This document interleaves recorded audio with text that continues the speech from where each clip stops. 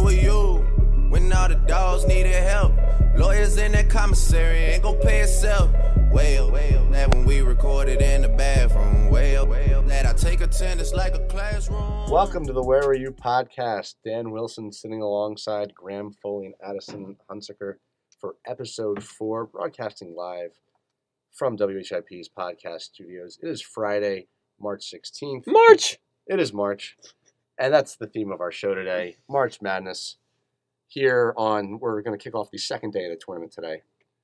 And if the first day of the tournament was any indication of how good this, as March Madness is going to be in any year, this is going to be one heck of a tournament. But because it's the Where Were You podcast, we're going to talk about, our experiences with March Madness. Some of us have been to tournament games, watched games in special places, watched our respective college favorite teams win. Not Temple as we go here, but Graham and I, part of the Villanova following, Addison just like the bandwagon Duke. That's fake news. That's fake. And so we have experiences seeing both of those teams win in the past. Also, it's March Madness, so everyone instantly becomes a basketball analyst, regardless of whether they like the sport all year or not. Sure. Making brackets and having watched tons of college basketball throughout the year has absolutely no correlations to whether your bracket is good or not. So we're going to talk about all that stuff, your various experiences at your different high schools. I know making a bracket and sticking it in a school-wide bracket pool was a huge deal at our school. I want to let you guys talk about that as well. But first of all, just kick it off. What is your best, with the exception of Villanova and Duke winning respectively? And Villanova was probably my best. Now, I didn't win my bracket pool that year, which I did win it a different year. But Villanova winning as far as seeing my team win was probably the best. You've seen Duke win a few times. Twice. But I said a few times. Relax. What is your, other than that, best March Madness memory? It could be a funny story where you watched a game, anything. I'll start off with you, Graham. Oh, man. So it's besides Villanova. Okay, yes, besides Villanova. Because that's an obvious one. Yeah, no, it's an obvious one. I'm going to have to think about it a little bit. I mean, Florida Gulf Coast was a fun game. Were you there? I was not there. My aunt was there. I know a bunch of people that were there. But that's the thing, it was middle of the school day. So, my favorite thing about March Madness is how everyone finds a way to watch the games, no matter what is happening. It should be a half day in every workplace in school. It should. I think I saw a study by, some business bureau that it's actually the least productive work week of the entire year. Which is not surprising at all, because people spend Monday through Wednesday overthinking themselves, trying to predict the upsets. And Thursday and Friday, from noon until the end of their workday, they get paid to stream the games on their computer. So much so that there's actually a boss button in the top right corner of the streaming service. So when your boss walks by, you can pretend. Is there actually that button? I know there used to be. No, there is. And it still exists, right? Yeah, someone showed it yesterday. If you click on it, it shows graphs and just actual. You can link it to whatever you want. Right. So if you're supposed to be working on something, you can. It's just literally a one button cop out. It's amazing. And so yesterday I was in a class and we were in a computer lab, and so on the computer I pulled up Rhode Island versus Oklahoma. On my laptop in front of the computer I pulled up Penn, Kansas, and then on my phone I had Tennessee and Wright State. And that one I made my phone the one that I cared about the least. That was a blowout. So then I can look other stuff up, go on Twitter, whatever. And it was great because we had our teacher just talked, didn't even look at me. The computer lab kind of gives you a little bit of privacy, and I just watched all 3 games. It was awesome. In my one lecture hall class, we Harry and Nico on our intramural softball team. Are they in the? They're in the. I like to give a shout out to the pitch labs. Getting the win. 1-0. The rebuild worked. I tried my best to lose the game, but we found a way to win. So all 3 of us sitting next to each other. I have my laptop flipped down into the tablet mode, watching the end of it was Gonzaga. Okay. Gonzaga was losing. I think Harry had Miami and Loyola first half. And Nico had Penn, Kansas. So we were all just kind of looking back and forth while the professor's talking. Yeah, in my next class, I was sitting next to Owen McHugh, who's another journalist here, and we were both in a class where a teacher was it's a very small class. He clearly sees our laptop. What are you going to do? What are you going to do? And he doesn't care. No, we were paying attention. Whenever he'd be talking, we'd be listening. Then we look back at our computer, and then a couple times he said, "How's the Penn game going?" And we're like, "Oh, they're at least close." You listened for a little bit, right? I did not end up my afternoon class yesterday was listed as optional, and we were just coming off a test. And this guy never misses a class, so I couldn't believe it. There's absolutely no chance it had anything to do with the NCAA tournament. It was good luck, and I said, I'm not going. I'm watching these games. And I successfully was a couch potato for approximately 12 hours yesterday. I didn't think it could be done, but it is indeed possible. Yeah, in high school especially, we had horrible Wi-Fi, and everyone kind of bonded on the fact that everyone's trying to stream these games on their phone. And my favorite class ever was Spanish junior year because for some reason the room had this little like pillar that kind of jutted out on the right side of the room where I sat. And so like my desk was never like in the pillar, but during March Madness I'd move my desk over and put my phone in the pillar. Just a little So suspiciously I look over. slide the Yeah. desk over. No one noticed. I mean, that teacher didn't care, but that's how I watched these games. It was phenomenal. For me, sophomore year, I had English 10th period, and our research paper was during March. So it's safe to say when the tournament was on, the computers were not being used to accomplish the research paper. Streaming the March Madness fantastic. game. That was the year Iowa State was like the first game, Mhm. and when they lost to the 14 seed, when like they were a big favorite Right. to make it to the Final Four. And they lost, and it was like at the end of English, like literally at the end of English class, the end of the day, we're watching Iowa State lose in the first round. It was amazing. My best memory. I was it was in chem class, at the Arizona, I forget what class it was, at the end of the day. And you remember, I want to say it was our sophomore year, where, I don't remember who they were playing, but Ohio State, the Aaron Kraft Ohio State, well, the one Aaron Kraft Ohio State team, but his senior year Mhm. at Ohio State, seems like he was there forever, lost in the first Dayton. round. It was Yes, Dayton. Dayton. It was It was Dayton. Dayton. Yes. Dayton. And they lost a Oh, close yeah. game at the end, and whoever it was in the back, I don't remember who it was, had either Ohio State going far or was just like excited by how great it was, and like kind of forgot where he was and actually like jumped up and cheered, and everyone just stared at him, and I broke down laughing. Just yesterday, I was in line at Cosi getting food, and I'm waiting with everyone has their order. And I picked Loyola Chicago to win, and so I'm watching that game just on my phone, and the shot went in, and so like I when he put up the shot, it was such a deep shot. I was thinking it has a chance, but I didn't think it was Oh, going I in. thought it was good as soon as he shot. I mean, like, part of me Yes. did, but then it was just like my brain kind of turned off, and then I just saw it go through, and then I looked down. It was like the Eagles Super Bowl. I didn't think the game was over. I looked down and it had zeros on the clock, and I was just like, just like Yeah. holding my mouth because I didn't want to look like an idiot. But like, I was like, oh my god, just like trying not to look like an idiot. But it was awesome. The best part too is about like just March Madness and the whole like just the gambling degenerates Yes. just going absolutely nuts for every possible thing. Like I saw a dude put out a parlay for all 16 games, Oh my. which is probably one of the goodness. dumbest things you could do. Well, it's a terrible idea. It's a terrible idea. It's I mean, Wow. I mean, I believe in your bracket rule. There's one perfect bracket left. yeah, there's one. Do you know what's the kids? I don't know most of the kids in this. He picked Duke. I don't know the kid. I think one of my friends from Penn State got the kid to join. Okay, Yeah. so I forget his name. I can't even give him this proper He recognition. is perfect bracket. But it was like I think it was Barstool yesterday. Like they do a thing where everyone gets like an upset team and like if they win a few games they get to go to Vegas. But they had Duke minus 12.5 in the first half, and Duke was down 11. And like dude, Duke was up 14. Iona hits a 3 to be up to go down 11. And you see like the reaction of like Bagley dunk it, like why would you pass on the dunk? And they pass it to Grayson Allen with a shot that goes in, and they're all just going nuts because Duke covered the spread in the first half against Iona. It's amazing.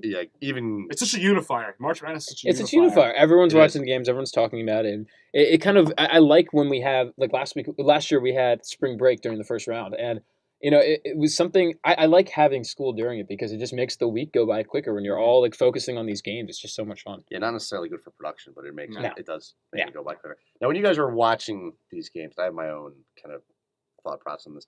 Do you sit there and root for the upsets, or you just root for your bracket? Root for the bracket. That's what makes it fun because I mean sometimes there are situations, especially if But it like doesn't- you see like- Arizona losing to Buffalo last night. no, that made me angry. And at first, But you had Arizona going deep. right. And so if I didn't have Arizona getting deep, I totally root for it. And that's why I try to pick a lot of upsets. And first of all, Arizona, I've got to stop trusting them. That's a whole other thing. But when Buffalo was up, I kind of thought it was like funny. I thought like, oh, this is going to be fun to watch. But then it hit me like, oh my god, like I put money in these brackets. I got to root for that. And so like yesterday, Penn had a lead against Kansas for a while. That I was rooting for because one, Philadelphia team being the first 16 seed to win would be awesome. And I didn't have Kansas going very far, so it didn't really hurt me. But when you have actual stakes in something, you got to root for that. Unless it's like, something fun that's not going to hurt you that badly. Like I was definitely rooting for Arizona last night.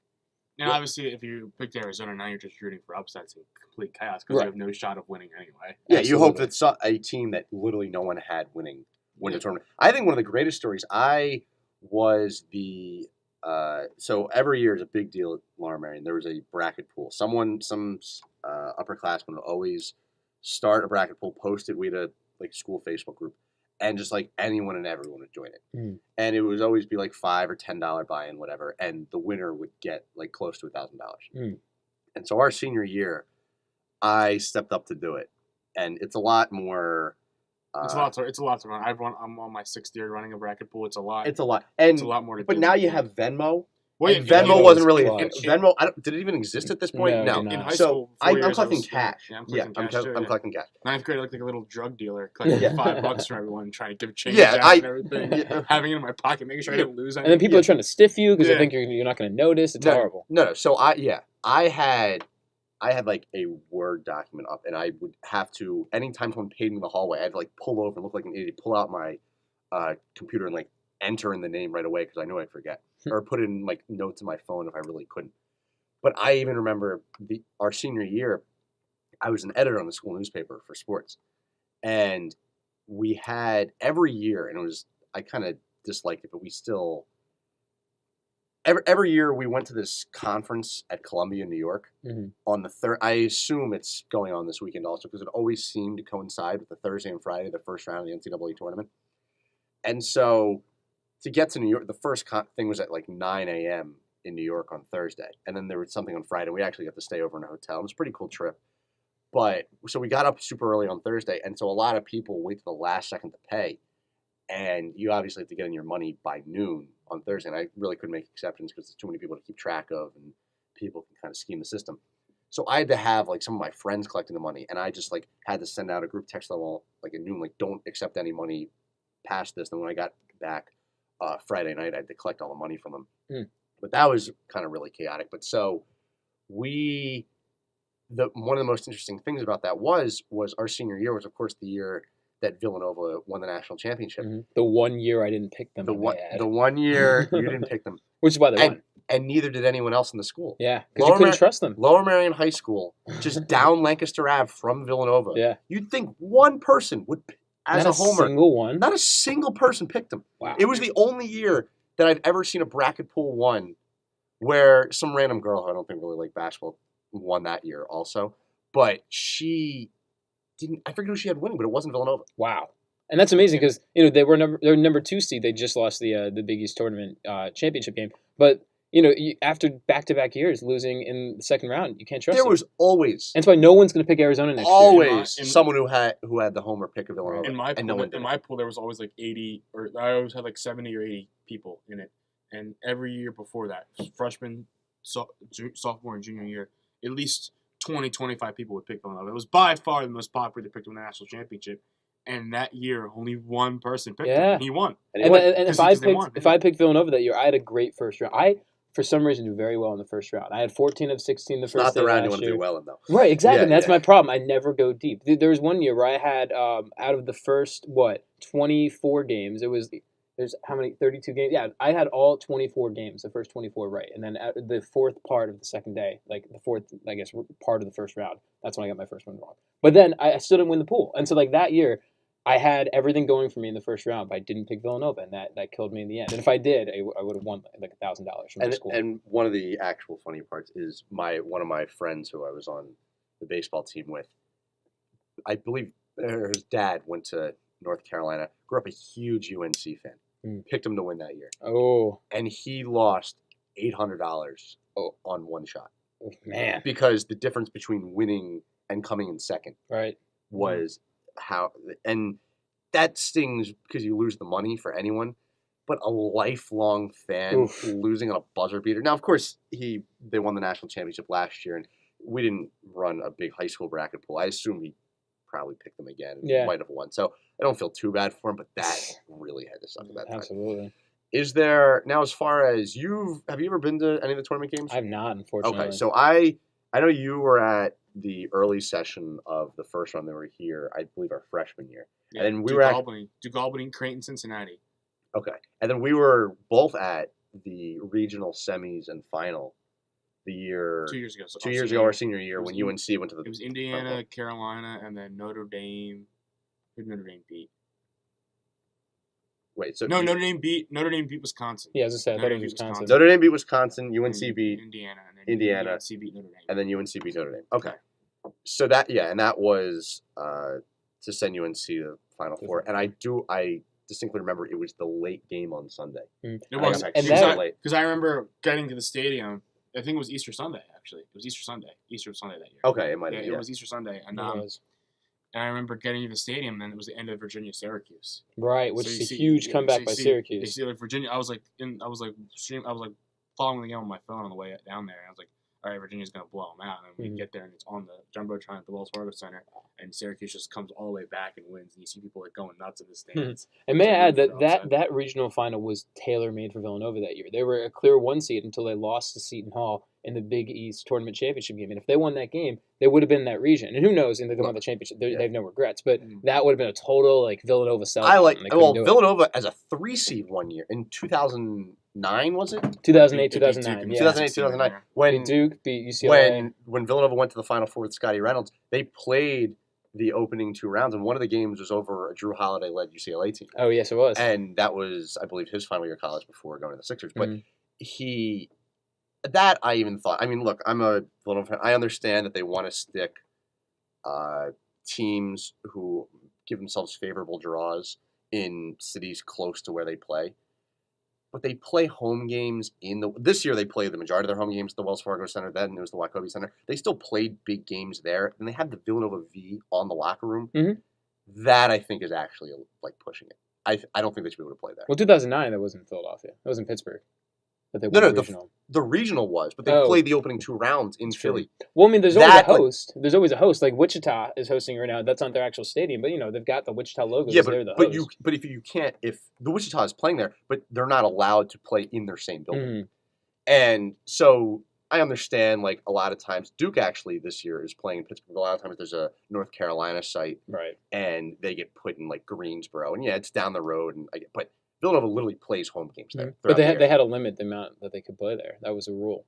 They couldn't play too many. But they're still playing home. I don't know. I know that was, and it was also as a 3 seed. Right, as a 3 seed. I understand if you earn it. Like, look, I get it. If there's going to be games in New York or DC or even like Newark or North Jersey, whatever, like that's maybe the draw Villanova should get. Pittsburgh, whatever. Having it in Philly, that's tough. Unless they're a 1 seed. Like Kansas hosting. I don't know. I still think it's actually a little bit. I still think it's ridiculous to play tournament games in a place where you play home games throughout the year. That's just, and that's not only if another team. I'm trying to think of another example. Like St. John's plays games in the Garden. If they had a phenomenal season where I don't think they should be able to play games there either. Yeah. Like I just think it's the same thing. Yeah, I don't really care. But I don't know how big a deal, but it just turns into another home game. In terms of going NCAA games, obviously like the regional final wasn't really anything special. North Carolina kind of blew both teams out, and they do. There was one close game that Wisconsin Notre Dame was pretty close. Philly, that was the closest game. Actually, and Philadelphia has had some great games. Yeah, and this is one story I kind of want to tell. Every year, Philly, prior to 2 years ago, every year Philly hosted the regional final. Duke won it, and when Christian Laettner hit probably the most famous shot in college basketball history against Kentucky. That's the Spectrum, right? It was a Spectrum. To send Duke to the Final Four. My dad was actually at that game. Okay, I think my dad might have been there. He was at Ursinus, a senior at Ursinus, and him and his 3 buddies were just hanging out with our one friend whose uncle worked security or something at the Spectrum, and my dad's one friend left. Why? Why? No. I didn't leave the game. Left the dorm, left the dorm room, to get lunch or something. Their friend was like, "Yeah, you want to get tickets to the game, right? You guys want to go to the game?" And my uncle needs to know right away. He's like, "Yeah, sure, we'll go." So they got the tickets for the game, and then my dad's friend came back and didn't get a ticket in time because they had already gotten it. So and then obviously Christian Laettner hits that shot, and if you actually, my dad was 5 rows from the court. He was behind the baseline. If you pause the frame, you can see my dad behind Christian Laettner as he turns around and lifts his hands up. And the most famous image in college basketball history. Yeah, my dad and my dad's friend. Whenever a regional final, because he lives in Center Jersey, whenever the regional finals in New York or Philly, my dad's friend always goes now. Seeking for redemption. Just in case anything historical ever happened, he never misses a local regional final. Real quick question, because we're up against the end of the time here. Philly, I believe, is scheduled to host the Eastern Regional in 2021, and it seems like they're now kind of a staple as a regional final site, but they used to be an opening 2-round site. Which do you actually prefer? Because if it's in the opening rounds, there's part of me that actually would rather have 4 games in one day and then another 2 games, because you maybe get a story like Florida Gulf Coast as opposed to the regional finals where you only get 3 games, and if you get some, it's not. I mean, I don't know. To see like bigger games or more games. I kind of like the bigger games. I do too. I get your games. point because it is more fun when you get those upsets, but the bigger games, bigger atmosphere. I think it makes the city look. If better. it was the Final Four, maybe I'd definitely say take the Final Four, which we don't have a dome, and they have it in like football domes, Right. or let's say in the Alamo Dome in San Antonio. So it's like you have to have it there now. The regional final, if you got a good regional, I guess it is bigger games. But there is something I wish they were kind of in both rotations, like the opening round and the regional finals. We are out of time for Dan Wilson, Graham Foley, and Addison Hunsaker. This was episode 4 of the Where Were You podcast. Have a great weekend, everybody. We'll talk to you next week. Bye-bye.